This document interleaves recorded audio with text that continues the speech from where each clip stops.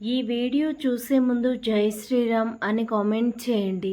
మన హిందూ సాంప్రదాయాల్లో శకునాల గురించి బాగా నమ్ముతారు. ఈ శకునాలు రెండు రకాలుగా భావిస్తారు. శుభశకునాలు, అశుభశకునాలు. ఏ పనైనా ప్రారంభించే ముందు శుభశకునం చూసుకొని ప్రారంభించాలి. అశుభశకునం ఎదురైతే ఆ పని అసంపూర్ణంగా ముగుస్తుందని మన హిందువులు నమ్ముతూ ఉంటారు. మంచి శకునం ఎదురు కావడం వల్ల మనం తలపెట్టిన కార్యం ఎలాంటి ఆటంకాలు లేకుండా పూర్తవుతుంది.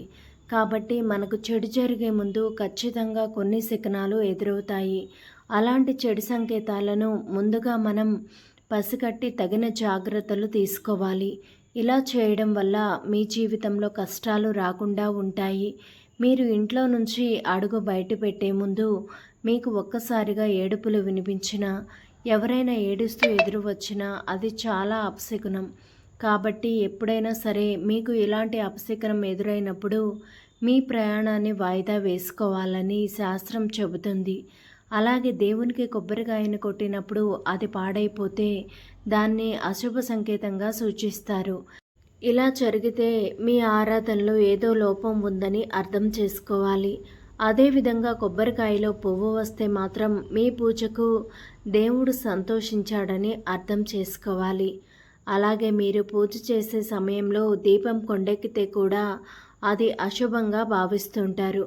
ఇలా జరిగితే మీ ఇంటి యజమానికి డబ్బు కష్టాలు ప్రారంభమవుతాయి. అలాగే మీ ఇంటి పెద్దకు కీడు సంభవిస్తుంది. ఇక ఇంట్లో పూజ చేస్తున్నప్పుడు కుంకుమ భరణ కింద పడితే కూడా అశుభానికి చిహ్నం. ఇది మీ జీవితంలో ఎన్నో సమస్యలకు కారణమని పండితులు అంటున్నారు. గుమ్మం మీద అస్సలు తుమ్మకూడదు. ఒకవేళ గుమ్మం మీద కనుక తుమ్మితే వెంటనే మీ చెయ్యిని కడుక్కోవాలి. అలాగే మన ఇంటి గుమ్మం మీద పొరపాటున కూడా కాలు పెట్టకూడదు. ఇలా చేస్తే లక్ష్మీదేవికి కోపం వస్తుంది. భార్యాభర్తల మధ్య చిన్న చిన్న గొడవలు సర్వసాధారణం. అయితే ఏ సమస్య వచ్చినా సరే శుక్రవారమే పోరాటానికి అసలు దిగకూడదు. శుక్రవారం రోజు మీ ఇంట్లో గొడవ జరిగితే ఎప్పటికైనా సరే మీరిద్దరూ విడిపోయే అవకాశం ఉంటుంది. మంగళవారం మరియు శుక్రవారం రోజుల్లో మగవారు గడ్డం చేయించుకోకూడదు. మగవారు ఇలా చేస్తే మీ ఇంటికి దురదృష్టం పడుతుంది. ఇంటి ఇల్లాలను మహాలక్ష్మితో పోలుస్తారు. కాబట్టి పెళ్ళైన స్త్రీలు శుక్రవారం రోజున పొరపాటున కూడా అబద్ధం చెప్పకూడదు. స్త్రీలు ఇలా చేస్తే మీ ఇంటి సంపద తొలగిపోతుంది. స్త్రీలు స్నానం చేయకుండా పొయ్యిని వెలిగిస్తే మీ ఇంట్లో ఉన్నవారికి అనారోగ్య సమస్యలు వస్తాయి. మీ ఇంట్లో కొత్త చీపురును కొనాలంటే శనివారం మాత్రమే కొనుగోలు చేయాలి. మిగతా ఏ రోజుల్లోనూ చీపురును కొనకూడదు. మీ ఇంటికి ఎవరైనా చుట్టాలు వస్తే మాత్రం మీ ఇంట్లో ఉన్న చీపురును వాళ్ళకి కనపడకుండా జాగ్రత్త పడాలి. ఎందుకంటే ఎవరైనా బయట వారు మన ఇంట్లో ఉన్న చీపురును చూస్తే మీ ఇంట్లో ఉన్న అష్టైశ్వర్యాలు వారితో పాటు బయటకు వెళ్ళిపోతుందట. ఇక సాయంత్రం 6 దాటిన తర్వాత ఇంట్లో అపశకునాలు మాట్లాడకూడదు. సాయంత్రం సమయంలో తదాస్తు దేవతలు తిరుగుతూ ఉంటారు. కాబట్టి ఈ సమయంలో మనం చెడు మాట్లాడితే అవి ఖచ్చితంగా జరుగుతాయి. ఇక శుభశకునాల విషయానికి వస్తే పూజా సమయంలో దేవుళ్ళ విగ్రహాల నుంచి పూలు రాలడాన్ని చాలా శుభసూచకంగా భావిస్తారు.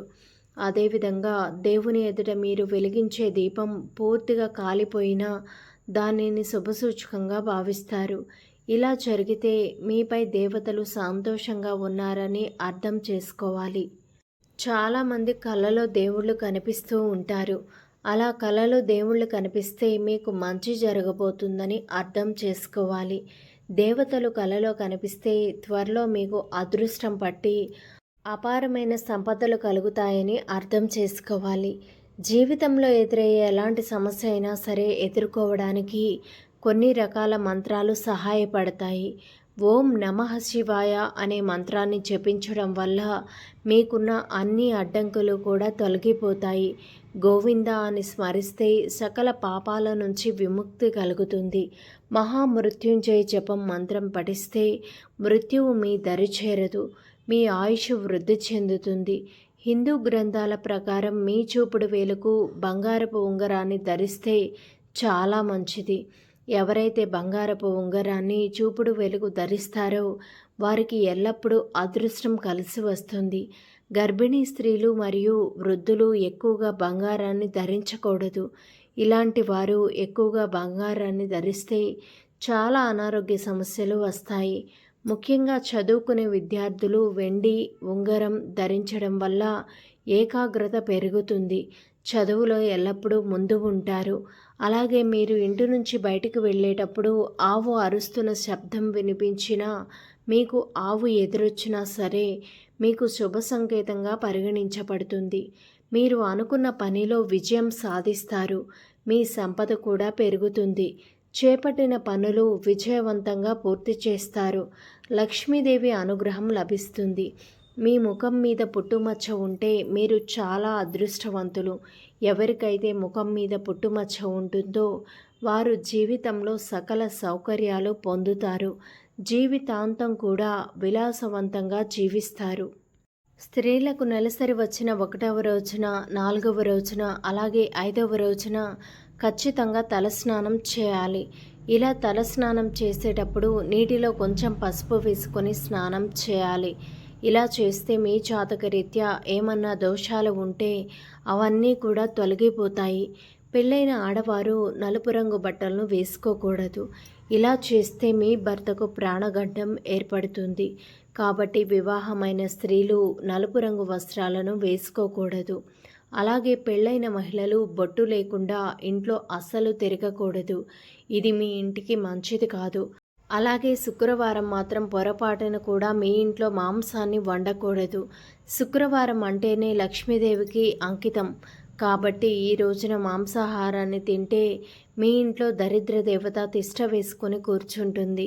స్త్రీలు తమ చేతులకు నిండుగా గాజులు వేసుకోవాలి.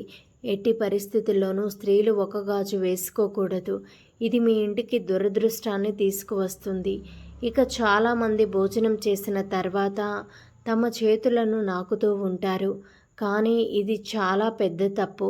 ఇలా చేస్తే మీ జీవితంలో ఎప్పుడూ కూడా కష్టాలే ఉంటాయి. ధన్యవాదములు. ఈ వీడియోని లైక్ చేసి మా ఛానల్ని సబ్స్క్రైబ్ చేసుకొని సపోర్ట్ చేయండి. అలానే ఈ వీడియోని చివరి వరకు చూసినట్లయితే జై శ్రీరామ్ అని తప్పకుండా కూడా కామెంట్ చేయండి.